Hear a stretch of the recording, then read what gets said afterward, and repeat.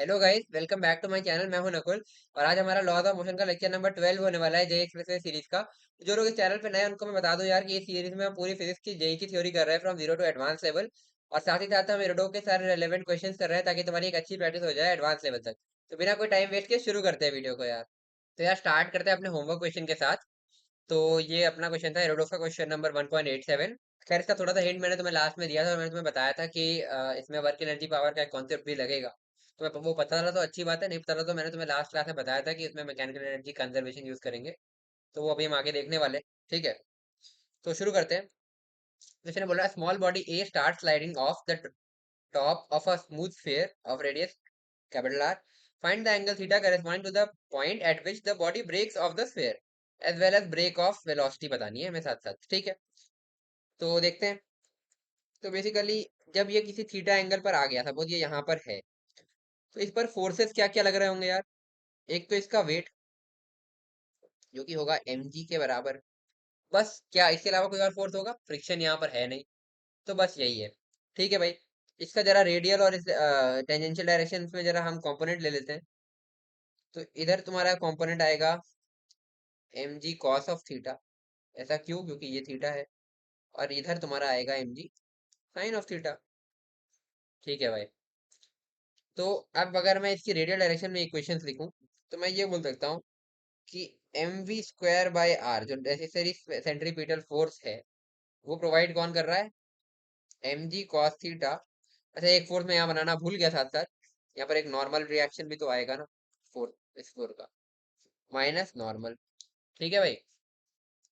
अब होगा क्या, जब ये कांटेक्ट लूज करेगा, जब ये कांटेक्ट लूज करेगा, उस समय पे ये नॉर्मल खत्म हो जाएगा।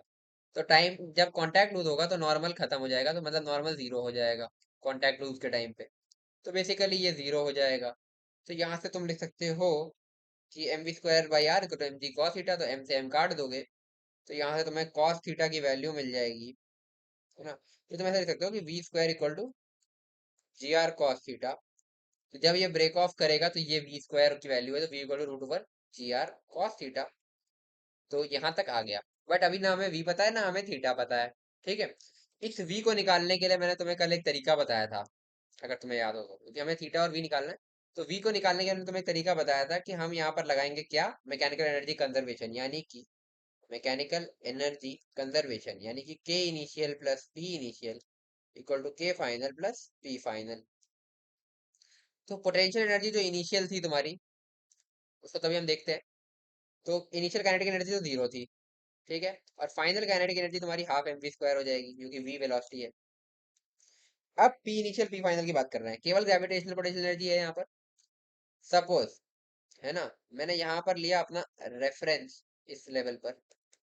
तो यहाँ से इसकी हाइट है h1, इसकी हाइट है h2, है ना, ठीक है। तो ये हो जाएगी। और जो ये है, ये वाली हाइट को मैं बोल सकता हूँ, ध्यान से देखना, ये वाले पोर्शन को, इसको मैं बोल रहा हूँ h1 - h2, ठीक है। आगे देखते हैं। तो ये कितना है तुम्हारा, p इनिशियल है mgh1, और ये है तुम्हारा mgh2। तो पोटेंशियल एनर्जी mgh करके लिखते हैं। ये भी एक कॉन्सेप्ट है जो तुम्हें वर्क एनर्जी में मैं आगे बताऊंगा, अगर तुमने वर्क एनर्जी पढ़ रखा है तो तुम्हें पता होगा। बट अभी बेसिकली वैसे भी तुम देख सकते हो, मतलब जो ग्रेविटेशनल पोटेंशियल एनर्जी होती है वो mgh होती है, ठीक है। वो क्यों होती है वो हम वर्क एनर्जी में देखेंगे, ठीक है। अभी इतना याद कर लो बस। ये हो गया। यहाँ से मैं लिख सकता हूँ half mv² is equal to mgh1 minus mgh2, है ना, is equal to mgh1 - h2, ऐसा लिख सकते हैं, h1 - h2, ठीक है। तो वो बेसिकली ये वाली वैल्यू है, यही वाली वैल्यू है h1 - h2, ठीक है। तो ये वैल्यू कितनी होगी, h1 था तुम्हारा r, और h2 है तुम्हारा, बेसिकली ये r है, तो इसका यहाँ पे कॉम्पोनेंट होगा तो r cos थीटा। तो r minus r cos theta, इसको मैं सकता हूँ mg r minus r cos theta. तो ये हो जाएगा तुम्हारा mgr, क्या कॉमन हो गया, 1 - cos थीटा। ये बराबर हो जाएगा हाफ mv² के, ठीक है। तो m से m काट देता हूँ, तो v² की वैल्यू आएगी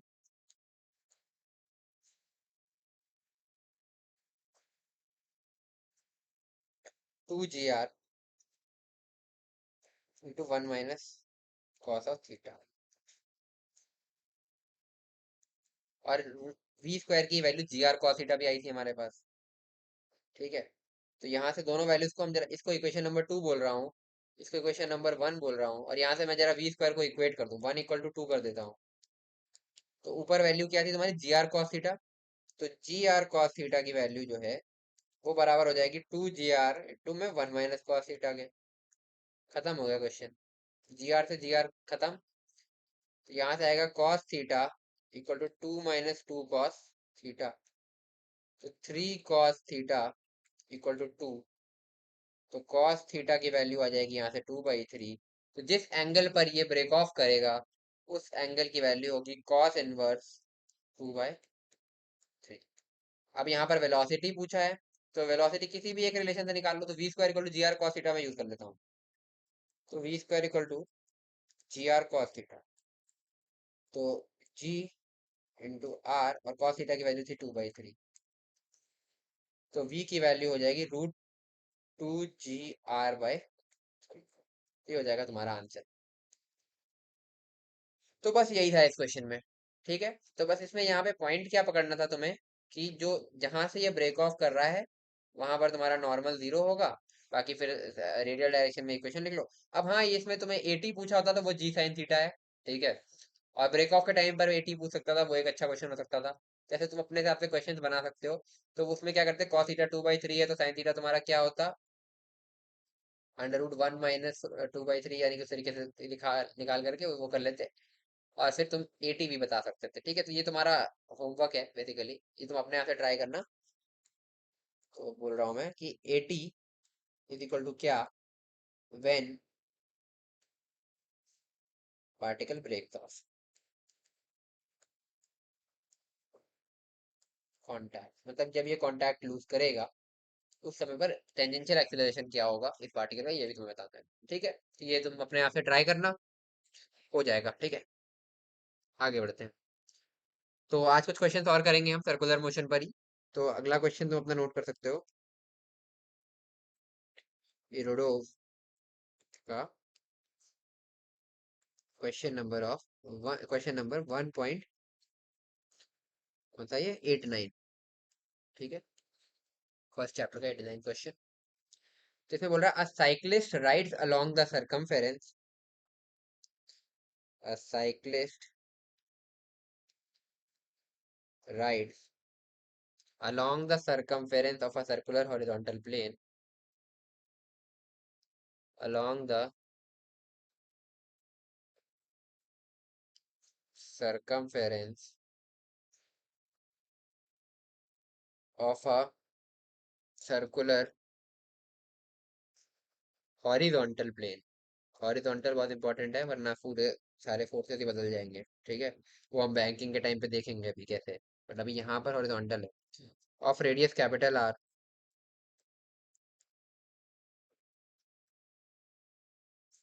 the friction coefficient being, the friction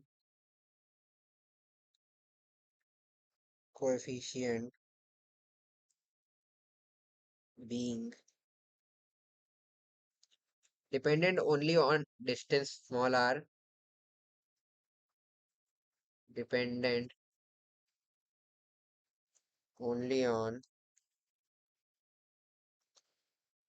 distance small r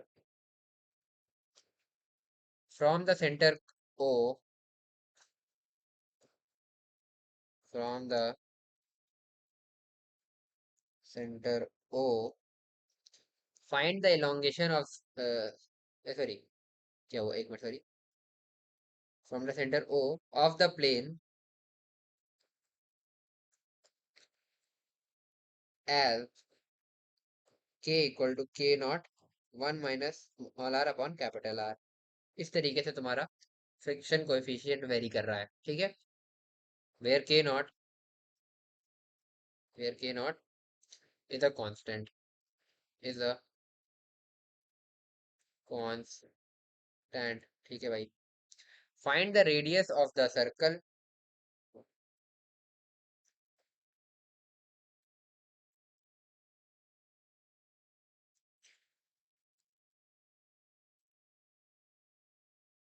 find the radius of the circle with maximum with the center at the point with the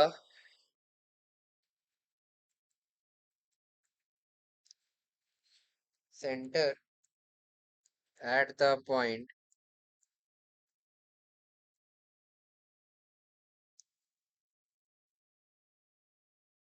uh, along which the cyclist can ride along which the cyclist can ride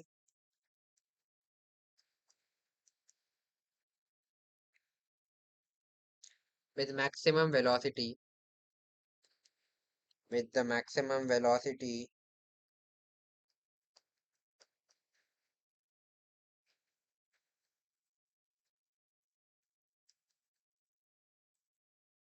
maximum velocity. What is this velocity? What is this velocity? ठीक है, तो अच्छा question है, लंबा question है, तो देखते हैं इसको। पहले अपने आप से सोचो, ट्राई करो। आई होप तुमने नोट कर लिया होगा, क्योंकि ये पूरी स्क्रीन में आ नहीं पा रहा है पूरा क्वेश्चन। तो देखते हैं, तो एक बार तुम खुद से ट्राई करो थोड़ा सा, फिर मैं बताता हूँ।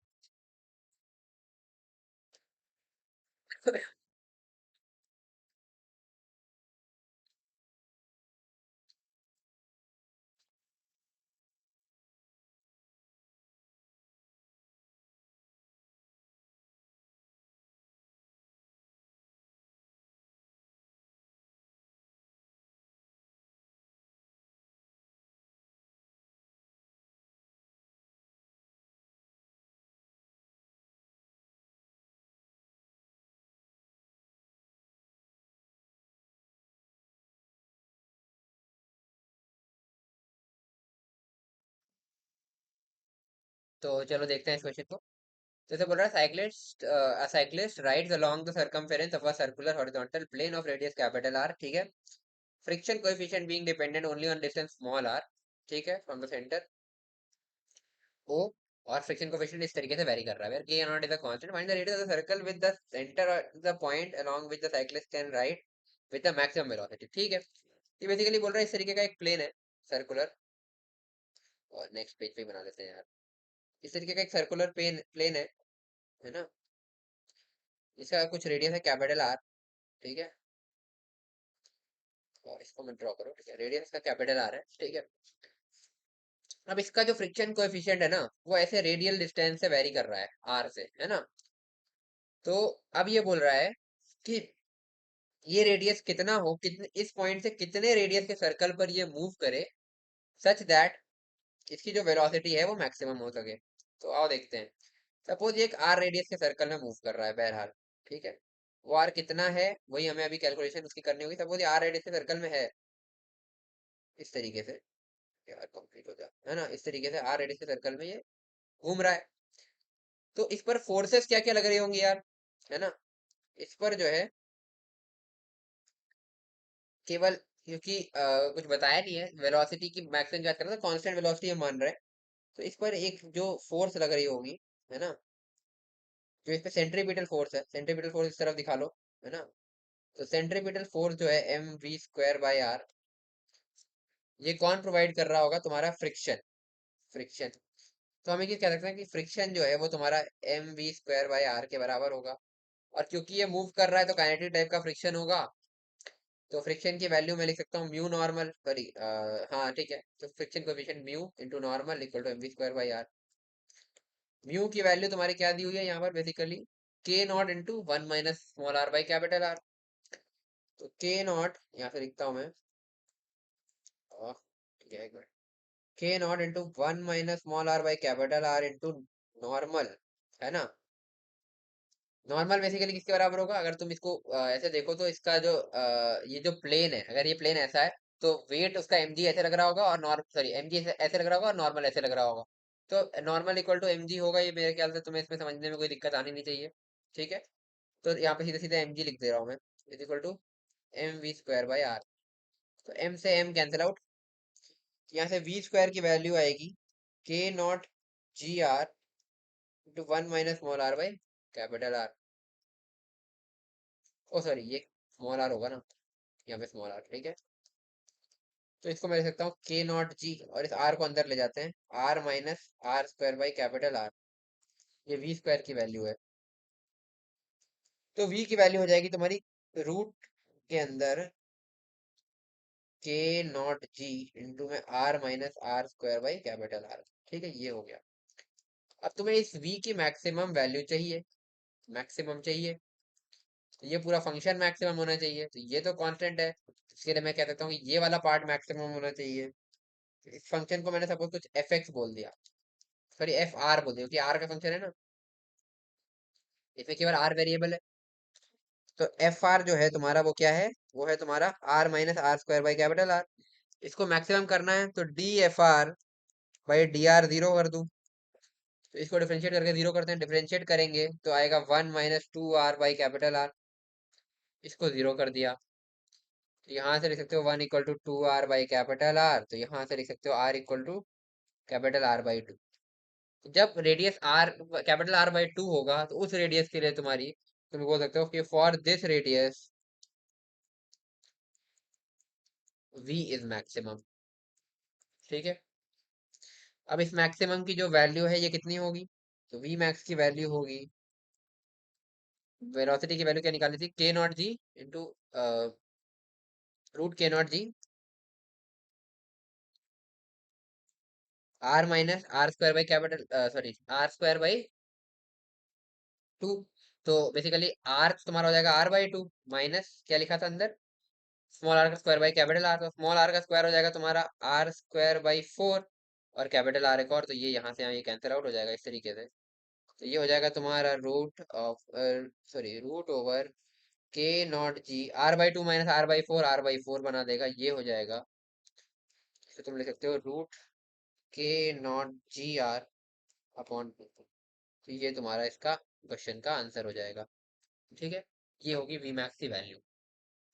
तो ये तुमसे इसमें पूछा था, तो आसान क्वेश्चन था यार। बस इसी टाइप के क्वेश्चन इसमें आते हैं, फ्रिक्शन से कभी कभी नॉर्मल से कभी कुछ यूज करके सेंट्रीपिटल फोर्स को इक्वेट वगैरह कराएगा इस तरीके से। आगे बढ़ते हैं, एक क्वेश्चन और करेंगे। क्वेश्चन है तुम्हारा इरोडोव का, question number 1.90।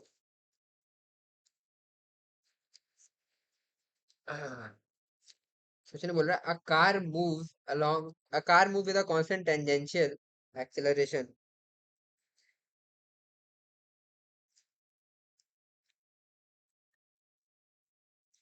A car move with a constant tangential acceleration.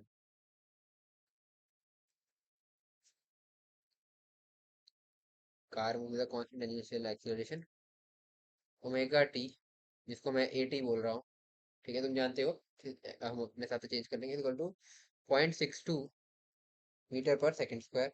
इस एक्सेलरेशन टेंजेंशियल से ये मूव कर रही है along a horizontal surface, along a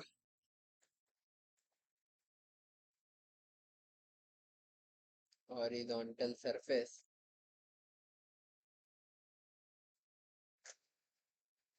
circumscribing a circle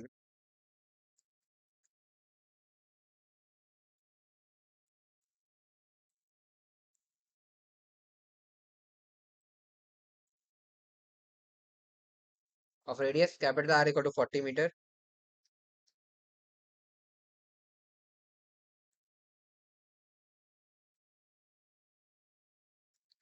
The coefficient of sliding friction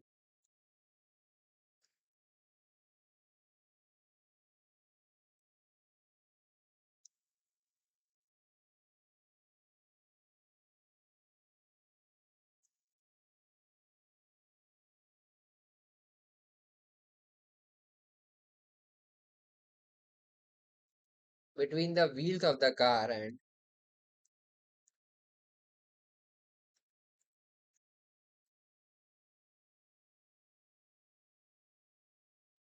the wheels of the car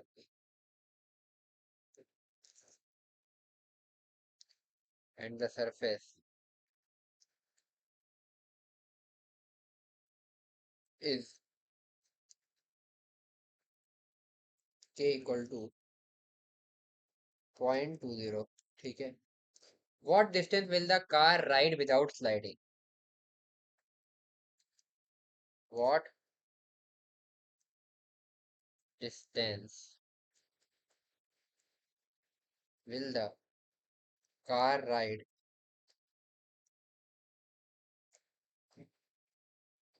without sliding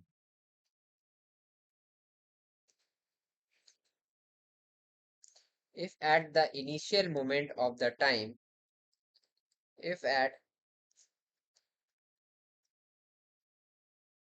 the initial moment of time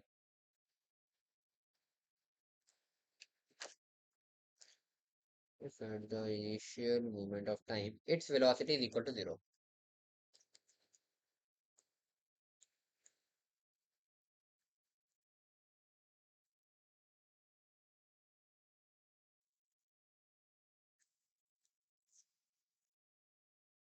उफ, तो ठीक है. इस क्वेश्चन को तुम एक बार खुद से ट्राई करो, फिर उसके अंदर बताता हूँ.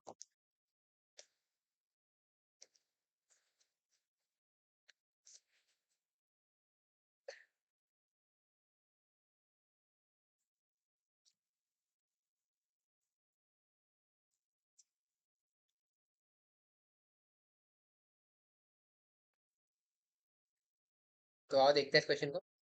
कार इस क्वेश्चन में बोल रहा है car move with a constant tangential acceleration 0.62 metre per second square along a horizontal surface describing a circle of radius capital radius r equal to 40 metre. ठीक है. The coefficient of a sliding friction between the wheels of the car and the surface is k equal to 0.2. तो ये दिया हुआ है. What distance will the car slide without sliding if the initially इसकी velocity 0 थी. ठीक है. देखते हैं. तो सपोज इस तरीके से सर्कल में मूव कर रहा है ये. ठीक है. तो अगर हम किसी जनरल टाइम t पर बात करें, सपोज ये पार्टिकल यहाँ पर है ना. तो इस पर एक तो एक्ट कर रहा होगा इसका टेंजेंशियल एक्सेलरेशन, जिसकी वजह से यहाँ पर एक फोर्स होगी. ठीक है. टेंजेंशियल फोर्स होगी जो कि होगी m इंटू एक्सेलरेशन टेंजेंशियल के बराबर, है ना, जो कि गिवन भी है. ठीक है. एक इस पर रेडियल फोर्स होगी, है ना, एफ रेडियल, जो कि m इंटू एक्सेलरेशन रेडियल के बराबर. ठीक है. वो रेडियल एक्सेलरेशन अभी हम कैलकुलेट करेंगे. तो बेसिकली अब क्या होगा कि फ्रिक्शन इसको प्रिवेंट करने की कोशिश करेगा, बट फ्रिक्शन कहाँ लगेगा? इन दोनों की नेट रिजल्टेंट फोर्स एक होगी, जो कि सपोज इस तरीके की कुछ है ना, ऐसे. तो एफ नेट जो आ रही है इन दोनों की, वो आ रही है m इंटू ए बोल देते हैं, जिसमें ए जो है तुम्हारा A T bar plus A are बार है. और ए का मैग्नीट्यूड अगर मैं लिखना चाहूँ सीधे सीधे, तो हो जाएगा under root of A T square plus A R square. ठीक है. ये हो जाएगा. तो ये हो गया. इस फोर्स को अपोज करेगा तुम्हारा फ्रिक्शन. ठीक है. तो इस तरीके से तुम्हारा फ्रिक्शन लगेगा. और जब ये फ्रिक्शन मैक्सिमम वैल्यू पर आ जाएगा, है ना, एफ मैक्स पर आ जाएगा, एम ए के बराबर हो जाएगा. ठीक है.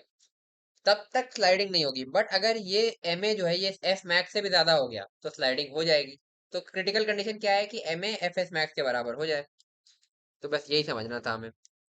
तो एम ए जो है हमारा वो एफ एस मैक्स के बराबर हो जाए. ये है क्रिटिकल कंडीशन, जहां से आगे स्लिपिंग स्टार्ट हो जाएगी. तो एफ एस मैक्स लिख लेता हूँ पहले, तो सिंपल है. वो कितना होगा तुम्हारा के, यानी कि म्यू नॉर्मल होता है तो के यहाँ पे फ्रिक्शन कोएफिशिएंट दिया है. और नॉर्मल यानी कि के की वैल्यू दी है तुम्हारी 0.2, और नॉर्मल यानी कि mg, है ना. और मास इसका क्या गिवन है? मास गिवन है तुम्हारा, मास गिवन नहीं है बेसिकली. ठीक है. तो यही रख लो. तो 0.2 mg. ठीक है. 0.2 mg हो जाएगा. ठीक है. और 0.2 mg जो है तुम्हारा वो ma के बराबर हो जाएगा. तो यहाँ से तुम बोल सकते हो कि एक्सेलरेशन जो है वो 0.2 g के बराबर हो गया. ठीक है. ये हो गया. तुम्हें क्या बतानी है कि तुम्हें बताना है डिस्टेंस कितना ये कैलकुलेट करेगा. ठीक है. तो अब ए की वैल्यू लिखते हैं भाई। ए है under root of A T square plus A R square. तो ए टी की वैल्यू तो तुम्हें गिवन है, ए टी की वैल्यू कितनी गिवन है, 0.62 का स्क्वायर, यहाँ पे लिख देता हूँ 0.62 का स्क्वायर प्लस ए आर का स्क्वायर अभी तुम्हें निकालना पड़ेगा। ये ए आर का स्क्वायर निकालना पड़ेगा, ठीक है, इसको देखते हैं। तो जो तुम्हारा ए आर होता है ना बेसिकली,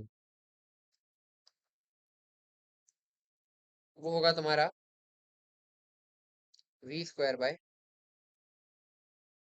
हाँ यार थोड़ा सा प्रॉब्लम आ गई थी। तो ए आर जो तुम्हारा होता है वो होता है वी स्क्वायर बाय रेडियस जो भी है आर, ठीक है, ये हो गया। तो अब v कैसे लिखोगे, है ना, ये लिखना पड़ेगा अपने को।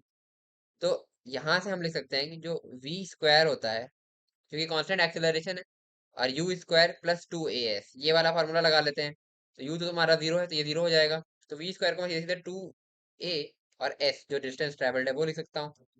और a तुम्हारा क्या है, a टेंजेंशियल, तो इसको मैं लिख सकता हूँ 2 × 0.62 इंटू एस बाई आर। और r की वैल्यू भी गिवन ही है, तो वो भी लिख देते हैं ना 40, तो इसको रख देता हूँ मैं यहाँ पे। तो अब a की वैल्यू हो जाएगी तुम्हारी अंडर रूट ऑफ 0.62 का स्क्वायर प्लस 2 × 0.62 एस बाय 40, ये हो जाएगी ए की वैल्यू, ठीक है। और ये किसके बराबर गिवन है हमें, 0.2 g के बराबर, है ना। तो इक्वेट कर देते हैं, तो हम लिखेंगे अंडर रूट ऑफ 0.62 का square plus 2 × 0.62 S by 40 is equal to 0.2 g। और g की वैल्यू तो यहाँ से 10 रख लेते हैं हम, ठीक है, तो इंटू 10 ऐसे लिख सकते हो। इसको जब सॉल्व करोगे तो तुम्हारी s की वैल्यू 0.62 मीटर आएगी, ठीक है। तो ये सॉल्व तुम कर लेना, तो यही आंसर आएगा। तो कॉन्सेप्ट समझ में आ गया होगा कि कॉन्सेप्ट इसमें यही लग रहा है। बेसिकली ये पॉइंट तुम्हें पकड़ना होगा कि फ्रिक्शन कहाँ लग रहा है। तो फ्रिक्शन तुम्हारा नेट फोर्स के अपोजिट लगेगा, ठीक है। जब उसको ये अपोज करेगा तो इस तरीके से तुम नेट फोर्स लिख लोगे, है ना, नेट एक्सीलरेशन लिख लोगे, इस तरीके से निकाल लोगे फिर फ्रिक्शन की इक्वेट करके। मतलब स्टैटिक फ्रिक्शन की मैक्सिमम वैल्यू को तुम नेट फोर्स से इक्वेट कर दोगे, तो इस तरीके से तुम्हें एक्सीलरेशन मिल जाएगा। फिर वो under root A T square plus A R square लिख दोगे, ए टी गिवन है, ए आर तुम वी स्क्वायर बाई आर लिखोगे। फिर वी स्क्वायर को इस तरीके से, मैंने यही इक्वेशन क्यों यूज की, क्योंकि हमें टाइम वाइम का झंझट नहीं चाहिए यार, हमें वी और एस को रिलेट करना है, क्योंकि हमें एस निकालना था। टाइम पूछता तो मैं शायद V equal to U plus A T लेता, ठीक है। तो यहाँ पर ये हमने लिया, तो इससे हमने लिखा 2as, ए गिवन था, ये यहाँ पर पुट किया। और ये r की वैल्यू 40 भी गिवन थी, तो ये ar की वैल्यू आ गई, 80 अपने पास थी ही। तो अब अपने पास यहाँ पर ये पूरी वैल्यू एक्सेलरेशन की आ गई, और ये तुम्हारा 0.2 g के बराबर हो गई। यहाँ पर केवल एक ही वेरिएबल है s, इसको काट पीट के स्क्वायर वर्ग करके सॉल्व करोगे तो आंसर तुम्हारा s इक्वल टू 0.62 मीटर आ जाएगा। तो ये इसमें कॉन्सेप्ट था पूरा का पूरा। तो अच्छा क्वेश्चन था यार। तो आज के लिए इतना ही रखते हैं। तो आई होप जितना तुम्हें बताया तुम्हें अच्छे से समझ में आया होगा। अगर कोई भी डाउट है तो तुम कमेंट सेक्शन में पूछ सकते हो। बट हाँ, साथ में ये डाल देना कि किस पॉइंट पर तुम्हें डाउट आया था। और उसके अलावा अगर तुमने अभी तक चैनल को सब्सक्राइब नहीं किया, सब्सक्राइब कर लो, जितना हो सकता है अपने दोस्तों के साथ शेयर करो। और वीडियो पसंद आए तो वीडियो को लाइक कर देना। तो मिलते हैं यार नेक्स्ट वीडियो में। Till then stay motivated and keep studying. Bye.